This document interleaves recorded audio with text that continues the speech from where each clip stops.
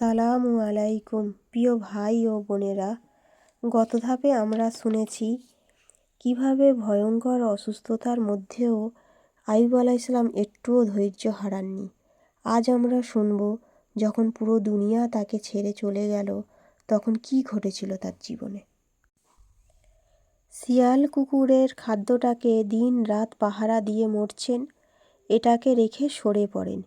শিয়াল কুকুরে খেয়ে ফেলুক, তাতে আপনিও বেঁচে যাবেন, আমরাও বেঁচে যাব। আইয়ুব আলাইহিসসালামকে লক্ষ্য করে বলল, আপনার শরীরের দুর্গন্ধে আমরা গ্রামে থাকতে পারছি না, আপনি অন্য কোথাও চলে যান। হায় রে দুনিয়ার মানুষ! একদিন যিনি ছিলেন তাদের বাদশাহ, নবী, যার কাছে তারা পিতার মতো স্নেহ, ধন দৌলত, খাদ্য বস্ত্র পেয়েছে, আজ তার এই কঠিন বিপদের সময় তার মুখের উপর এই নিষ্ঠুর কথা বলতে তাদের মুখে আটকালো না। আইয়ুব আলাইহিসসালাম বললেন, বাবা, আমি তোমাদের মঙ্গল চাই, আমি অন্য কোথাও চলে যাব। আইয়ুব আলাইহিসসালাম বললেন, রহিমা, আর নয়, এবারে তুমি চলে যাও, এখানে থাকলে তোমার মান-ইজ্জত থাকবে না। তুমি চলে গেলে আমাকে শিয়াল কুকুরে খেয়ে ফেলার সুযোগ পাবে। তোমার সামনে আমার মৃত্যু হলে কাউকে ডেকে পাবে না কাফন দাফন করার জন্য। তবে কেন তুমি এখানে পড়ে থেকে কষ্ট পাও? রহিমা কাঁদতে কাঁদতে বললেন, আপনি আমাকে এই নিষ্ঠুর আদেশ করবেন না, আপনাকে ছেড়ে কোথাও যাওয়া আমার পক্ষে সম্ভব নয়। পরদিন আবার লোকগুলো দলে বলে এসে রহিমাকে বলল, যদি ভালো চাও আজ রাতেই তোমার স্বামীকে নিয়ে চলে যাও। সকালে এসে যদি তোমাদেরকে এখানে দেখি তবে তোমার স্বামীকে জীবিত অবস্থায় মাটির নিচে পুঁতে ফেলব। তারপর তোমাকে যে কি করব সে কথা আর এখন বললাম না। তখন ভীষণ ঝড় বৃষ্টি বাতাস বইতেছিল। রহিমা বিনীতভাবে বললেন, এই ঝড় বৃষ্টির মধ্যে অন্ধকার রাতে বিদ্যুৎ চমকাচ্ছে, বজ্রপাতের ভীষণ শব্দ ও শিলাবর্ষণ হচ্ছে, আমি এই বিপদের মধ্যে কোথায় যাব? তারা বলছে, এই অন্ধকার রাতেই তোমাদের যেতে হবে, তোমাদেরকে বিদায় না করা পর্যন্ত আমরা এখান থেকে যাব না। তখন রহিমা অজু করে 2 রাকাত নামাজ আদায় করে সেজদায় পড়ে আল্লাহ পাকের দরবারে রোদন করে আকুল আবেদন জানালেন, মোনাজাত করলেন, হে আল্লাহ, তুমি যা কিছু করো আমাদের মঙ্গলের জন্যই করো, তা আমি বিশ্বাস করি। তবে আজ এই অন্ধকার রাতে আমি এই রুগ্ন স্বামীকে নিয়ে কোথায় যাব, কেমন করে যাব, তা কিছু বুঝতে পারছি না। তুমি আমার মনে সাহস দাও, শরীরে শক্তি দাও, আমার মান-ইজ্জত রক্ষা করো, তোমার বিধানে যেন আমি সন্তুষ্ট থাকতে পারি। মোনাজাত শেষ করে উঠে দাঁড়ালেন। চোখের পানিতে বুক ভেসে গেল, মনে সাহস হলো, শরীরে দ্বিগুণ শক্তি হলো। তিনি একখানা কাপড় দিয়ে স্বামীকে ভালোভাবে জড়িয়ে কাঁধে নিয়ে রওনা হলেন কোনো এক অজানার পথে। বৃষ্টির পানিতে স্বামীর কাপড় ভিজে যাবে বলে একখানা কলা পাতা কেটে ঢেকে নিলেন। তিনি বিসমিল্লাহির রহমানির রহিম পড়ে নামলেন। বাদশাহ ফাহিমের একমাত্র আদরের দুলালি রহিমা একজন কুলি রমণীর বেশে চলছেন। কি মর্মান্তিক দৃশ্য! ঠান্ডা বাতাস লাগায় আইয়ুব আলাইহিসসালাম কাশতে লাগলেন। রহিমা চিন্তিত হয়ে পড়লেন। দারুণ শীতে রহিমার শরীর ঠকঠক করে কাঁপতেছিল। ঘোর অন্ধকার, কোথাও কিছু দেখা যায় না, এমনকি নিজের শরীর পর্যন্ত নিজে দেখেন না। তবে মাঝে মাঝে বিদ্যুৎ চমকাচ্ছিল, সেই আলোতে রহিমা সামনের দিকে অনুমানে পথ চলছিলেন। চলতে চলতে যখন ক্লান্ত হয়ে পড়লেন তখন স্বামীকে কাঁধ থেকে নামিয়ে একটু বসে আবার কাঁধে তুলে নিয়ে চলতে থাকেন। সারা রাত চলার পর ভোর হয়ে আসে। তখন তিনি একটি গাছের নিচে স্বামীকে নামিয়ে একটু বিশ্রাম করতে লাগলো। একটি বাড়ি হতে লোকজন দুর্গন্ধে অস্থির হয়ে অনুসন্ধান করতে করতে গাছতলায় এসে দেখে একটি গলিত কুষ্ঠ রোগ।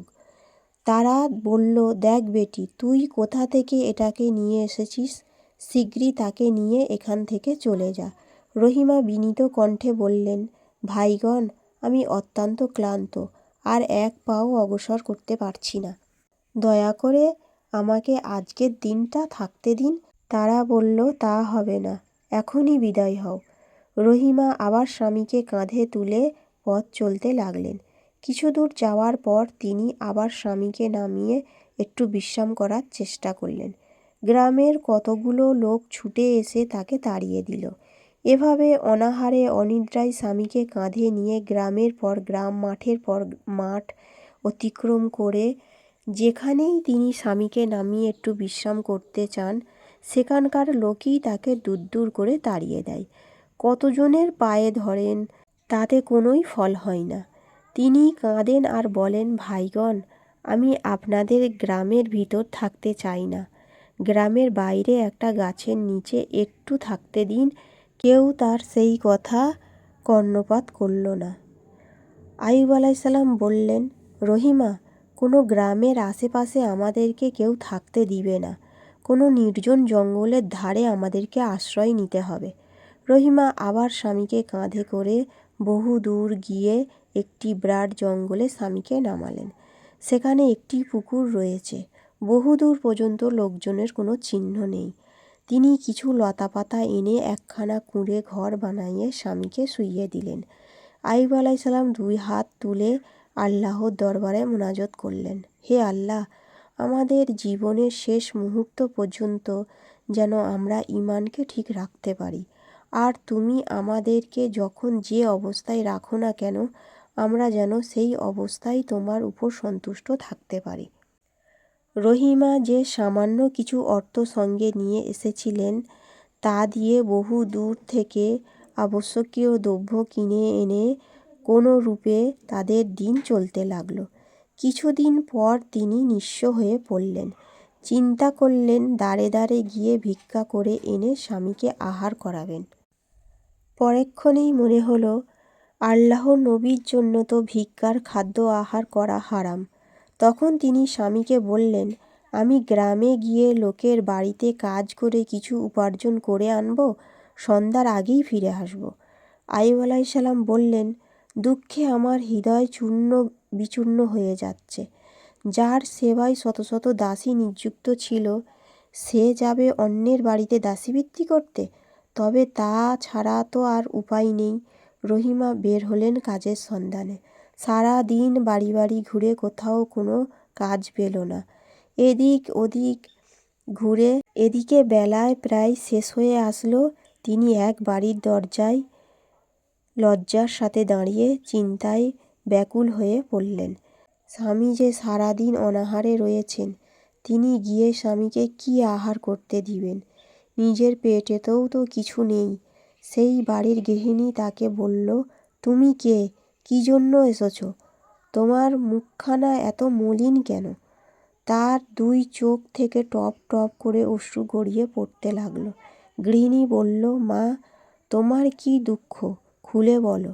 রহিমা বললেন, আমার স্বামী কঠিন রোগী। সারাদিন ঘুরে কোথাও কোনো কাজের জোগাড় করতে পারিনি। রুগ্ন স্বামী সারা দিন অনাহারে আছেন। রাতে যদি তাকে কিছু খেতে না দিতে পারি, হয়তো তিনি মারা যেতে পারেন। এই বলে তিনি ফুঁপিয়ে ফুঁপিয়ে কাঁদতে লাগলেন।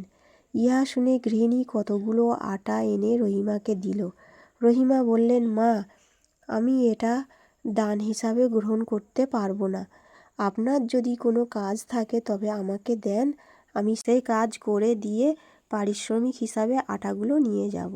গৃহিণী অবাক হয়ে জিজ্ঞাসা করল, সে কি মা, তুমি দরিদ্র মেয়ে, অথচ দান গ্রহণ করবে না? রহিমা আঁচলে মুখ মুছে বললেন, সে অনেক কথা মা। আমার স্বামী একটি রাজ্যর বাদশাহ ও আল্লাহর অলি ছিলেন। অভাবে পড়লেও নবীর জন্য ভিক্ষার জিনিস আহার করা হারাম। তবে কাজ করে মজুরি নেওয়ার কোনো দোষ নেই। গৃহিণী বলল, তোমার স্বামীর নাম কি মা? রহিমা বললেন, আইয়ুব আলাইসাল্লাম। গৃহিণী অবাক হয়ে বলল, এ কি বলছো মা? তুমি কি সেই আইয়ুব আলাইসাল্লামের স্ত্রী? আমরা তো তার নাম ডাক শুনেছি। গৃহিণী আর কথা না বাড়িয়ে কতগুলো গম ও জাঁতা বের করে দিলেন। রহিমা গমগুলো পিষে দিয়ে গৃহিণীর দেওয়া আটাগুলো নিয়ে গেলেন। সেদিন থেকে রহিমা প্রত্যহ সকালে উঠে স্বামীর শরীরের ক্ষত পরিষ্কার করে স্বামীকে আহার করিয়ে বের হয়ে যান। সারা দিন বাড়ি বাড়ি ঘুরে কারো থালা মেজে দেয়া, কারো বাসন মেজে দেয়া, কারোর নলকূপ থেকে পানি উঠিয়ে দেয়া, কারোর ধান ভেঙে দেওয়া, কারো গোলা পরিষ্কার করে দেয়া, কারো কাপড় ধুয়ে দেয়া, যা কিছু পায় তা দিয়ে চলতে থাকেন। আর সারা রাত জেগে স্বামীর সেবা যত্ন আল্লাহর ইবাদত করে কাটিয়ে দেয়। আর যখন কাজ করতে যান হাতে কাজ করেন আর মনে মনে চিন্তা করেন, না জানি স্বামীর কত কষ্ট হচ্ছে, না জানি তার কোনো জিনিসের প্রয়োজন, অথচ তা তিনি পাচ্ছেন না। যার একটুও নড়াচড়া করার ক্ষমতা নেই, তাকে এরূপ অসহায় অবস্থায় ফেলে কাজ করতে এসেছি, না করেও তো কোনো উপায় নেই। প্রিয় দর্শক, এই ছিল আইয়ুব আলাইসাল্লামের পরীক্ষার তৃতীয় ধাপ, যেখানে মানুষ তাকে একা করে দিয়েছিল, কিন্তু আল্লাহ কখনো তাকে একা রাখেননি। এই ঘটনা আমাদের শেখায়, মানুষ দূরে সরে গেলেও আল্লাহ সবসময় তার ধৈর্যশীল বান্দার পাশে থাকেন। পরবর্তী ধাপে আমরা শুনব কত বছরের কষ্টের পর কখন তিনি আল্লাহর কাছে সাহায্য প্রার্থনা করলেন। চ্যানেলের সাথে থাকুন। আল্লাহ হাফেজ।